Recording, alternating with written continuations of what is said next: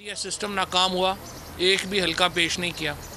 फिर इन्होंने कहा कि हमारे जो पोलिंग एजेंट हैं उनके पास इंतखाबी नतीजा मुख्तलिफ था और इलेक्शन कमीशन का इंतखाबी नतीजा मुख्तलिफ था। हमने कहा अपने पोलिंग एजेंट्स के जो फॉर्म 29 है वो आप दे दें। एक भी हल्के का फॉर्म 29 नहीं आ सका। फिर जब इलेक्शन पटिशन्स की बारी आई तो हमने देखा कि जो 25 इलेक्शन पटिशन्स टोटल फ़ाइल हुई पंजाब से, उनमें से 13 पीटीआई ने की थी और 11 जो थी वो पीएमएलएन ने की थी। तो धांधली का सारा नैरेटिव जो है वो बाहर हो गया। अब हमने आके इनको कहा कि आइए बैठते हैं, आप भी कहते हैं इलेक्शन शफाफ नहीं हुआ। फॉर एग्ज़ाम्पल डस्का का अगर इलेक्शन आप देखें तो उसमें हुकूमत भी कहती है कि इलेक्शन का तरीका सही नहीं है, अपोजिशन भी कहती है इलेक्शन का तरीका सही नहीं है। सेनेट के इलेक्शंस देखें, हुकूमत भी कह रही है इलेक्शन सही नहीं है और अपोजिशन भी कह रही है इलेक्शन सही नहीं है। यूसुफ रज़ा गिलानी साहब का इलेक्शन हो, दोनों कह रहे हैं सही नहीं है। तो आखिर जब आप दोनों, हमारा अपोजिशन का और गवर्नमेंट का ये कंसेंसस है कि मौजूदा निज़ाम में तब्दीली आनी चाहिए, तो जब हम ऑफ़र कर रहे हैं तो आप फिर रूठे हुए बच्चों की तरह बैठे हुए हैं। अभी जो इनिशिएटिव लिया है स्पीकर साहब ने, प्राइम मिनिस्टर साहब के कहने के ऊपर लिया है, उसमें अगर आप एक दफ़ा फिर शामिल नहीं होते तो आप असल में पाकिस्तान का नुकसान कर रहे हैं। और ज़रूरी है कि पाकिस्तान के लोग और इन पार्टियों की जो पार्लिमानी लीडरशिप है वो इसका नोटिस ले। हम सिर्फ 24/7 नवाज़ शरीफ या मरीम नवाज़ के या जरदारी साहब के मुकदमात के ऊपर तो मुज़ाकरात नहीं कर सकते। हमने बड़ी वाज़े हमने पॉलिसी दी है। आप बड़े जुडिशल रिफॉर्म्स के ऊपर बैठना चाहते हैं, अदालतों में इस्लाहात की शदीद ज़रूरत है। हमारे यहाँ जिस तरीके से इस वक्त हमारा जो अदालती निज़ाम है, जो आखिरी ट्रांसपेरेंसी इंटरनेशनल की रिपोर्ट भी आई, उसमें अवाम ने सबसे ज़्यादा गैर इत्मीनान बख्श जो है वो हमारे अदालती निज़ाम को करार दिया है। लिहाजा ज़रूरी है कि अदालती निज़ाम में इस्लाहात आएँ, और अदालती निज़ाम में इस्लाहात तब आएंगी जब हुकूमत अपोजिशन, अगर हम तीनों जो इसके जुज़्व हैं वो आपस में मिलेंगे नहीं तो ये इस्लाहात नहीं आ सकती। लिहाजा इनको इस्लाहात में ज़रूरत है। इसी तरीके से इलेक्शन कमीशन में इस्लाहात की ज़रूरत है, और उसके लिए हमारा इलेक्शन कमीशन का और जो अपोजिशन पार्टीज़ हैं उनका एक इत्तफ़ाक़ राय ज़रूरी है। अगले इलेक्शन हम चाहते हैं इलेक्ट्रॉनिक वोटिंग मशीन के ऊपर जाएं। वो हम क्यों कह रहे हैं?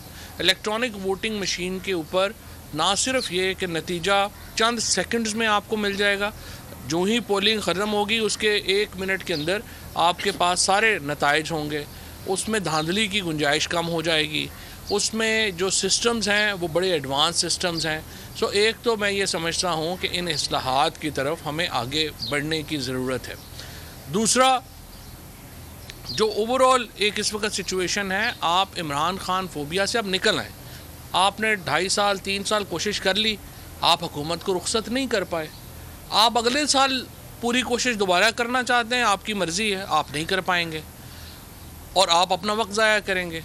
लिहाजा बेहतर ये है कि हम और आप मिलके अगले इलेक्शन के ऊपर काम कर लें, और इलेक्शन फ्री एंड फेयर होना चाहिए। उसमें जो जीतेगा वो अगली हुकूमत बना लेगा। और इस वक्त जो सिचुएशन है, इमरान खान के अलावा तो किसी के पास इतने कैंडिडेट ही नहीं। 1150 सीटों के ऊपर इलेक्शन होना है।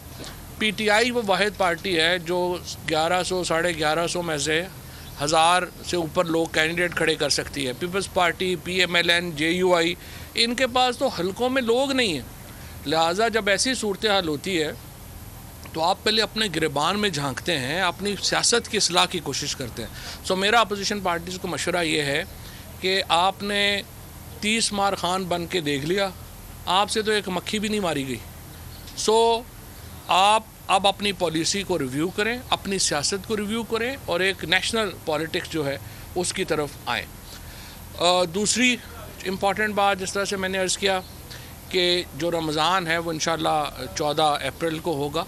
13 तारीख की रात को जो है वो चाँद नज़र आएगा।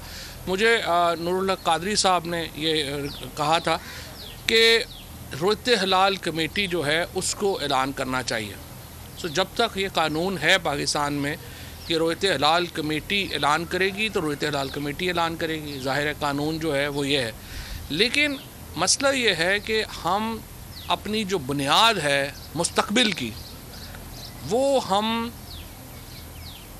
سائنس، ٹیکنالوجی اور علم کے اوپر رکھ سکتے ہیں. ہم مستقبل میں پیچھے مڑ کے نہیں دیکھ سکتے، آگے مڑ کے دیکھ سکتے ہیں، اور آگے جا کر کے ہم اپنے فیصلے جو ہیں وہ ہم کر سکتے ہیں. ہمیں اگر اپنے مستقبل کی بنیاد رکھنی ہے، پاکستان نے 1970 کی دہائی میں ہم نے اپنا بہت نقصان کیا ہے. 70، 80 اور 90 کی دہائی میں جب ہم نے اپنا جو ناطہ ہے وہ سائنس اور ٹیکنالوجی سے توڑ لیا. اب آپ مجھے بتائیے کہ اگر جن سکولوں میں ڈارون کی تھیوری نہیں پڑھائی جا رہی، وہاں پہ کیا لوگ آگے جو ہیں وہ بایولوجی کے لوگ پیدا ہوں گے؟ اگر ہمارے سکولوں میں میتھس نہیں پڑھایا جا رہا تو آگے ہم اپنے بچوں کو کیا ایکسپیکٹ کریں گے کہ وہ سائنس میں کیا کارنامے انجام دیں گے؟ اس لیے میں صوبائی حکومتوں سے بھی کہنا چاہتا ہوں، تعلیم کے اوپر ان کا جو فوکس ہے، اس کی جو کوالٹی ہے اس کے اوپر بڑھنا چاہیے، اور سائنس اور ٹیکنالوجی کے اوپر جو ہے وہ ان کا فوکس جو ہے وہ بڑھنا چاہیے. پہلی آبزرویٹری انشاءاللہ اسلام آباد میں ہم مون آبزرویٹری جو ہے وہ بنا رہے ہیں، اور ہم دعوت دے رہے ہیں تمام لوگوں کو کہ وہاں پہ انشاءاللہ اگلے جو 4-5 مہینے ہیں اس کے بعد وہاں پر آپ کوئی بھی عام آدمی جا کر کے، ویسے بچے جو ہیں وہ جا سکیں گے، بڑے جا سکیں گے، اور چاند جو ہے وہ خود اس کو جو ہے وہ دیکھ لیا کریں گے. ہماری جو نقطہ نظر ہے وہ یہ ہے کہ ہم مستقبل کو سامنے رکھیں. ابھی لاہور میں، کراچی میں ویسٹ کا مسئلہ ہے، کچرے کے کہہ رہے ہیں ڈھیر لگے ہوئے ہیں. تو یہ تو صوبائی حکومتوں کا کام ہے کہ وہ ویسٹ ٹو انرجی پروجیکٹس لے کے آئیں. مجھے تو سمجھ نہیں آتی کہ لاہور کی حکومت ہے یا کراچی کی حکومت ہے وہ کیوں ویسٹ ٹو انرجی سلوشنز کے اوپر کام نہیں کر رہی. اور ہر کام جو ہے وہ پرائم منسٹر صاحب نہیں کر سکتے. یہ مقامی جو حکومتیں ہیں، جو مقامی افسران ہیں، ان کا کام ہے کہ وہ لے کے آگے بڑھے. اور اگر لاہور کے اندر کچرے کے ڈھیر ہیں تو چیف سیکرٹری صاحب ہیں یا کمشنر صاحب ہیں، وہ تنخواہیں لے رہے ہیں، ان کا کام ہے کہ وہ یہاں پہ آئیں اور اپنا ایک کام کریں. اور اگر وہ کام نہیں کر پا رہے تو ان کو گھر بھیجنا چاہیے. اور پرائم منسٹر صاحب نے بڑا واضح طور پہ یہ بات کہی ہے کہ جو افسران کام نہیں کر رہے ان کو آپ گھر بھیج دیں. اور اگر chief secretary Punjab is failing, اس میں ڈیل نہیں کر پا رہے تو ہی شوڈ بی سینٹ ہوم. ان کو کوئی کام اور نہیں ہے. اگر کمشنر لاہور کام نہیں کر پا رہے تو ان کو گھر بھیجنا چاہیے.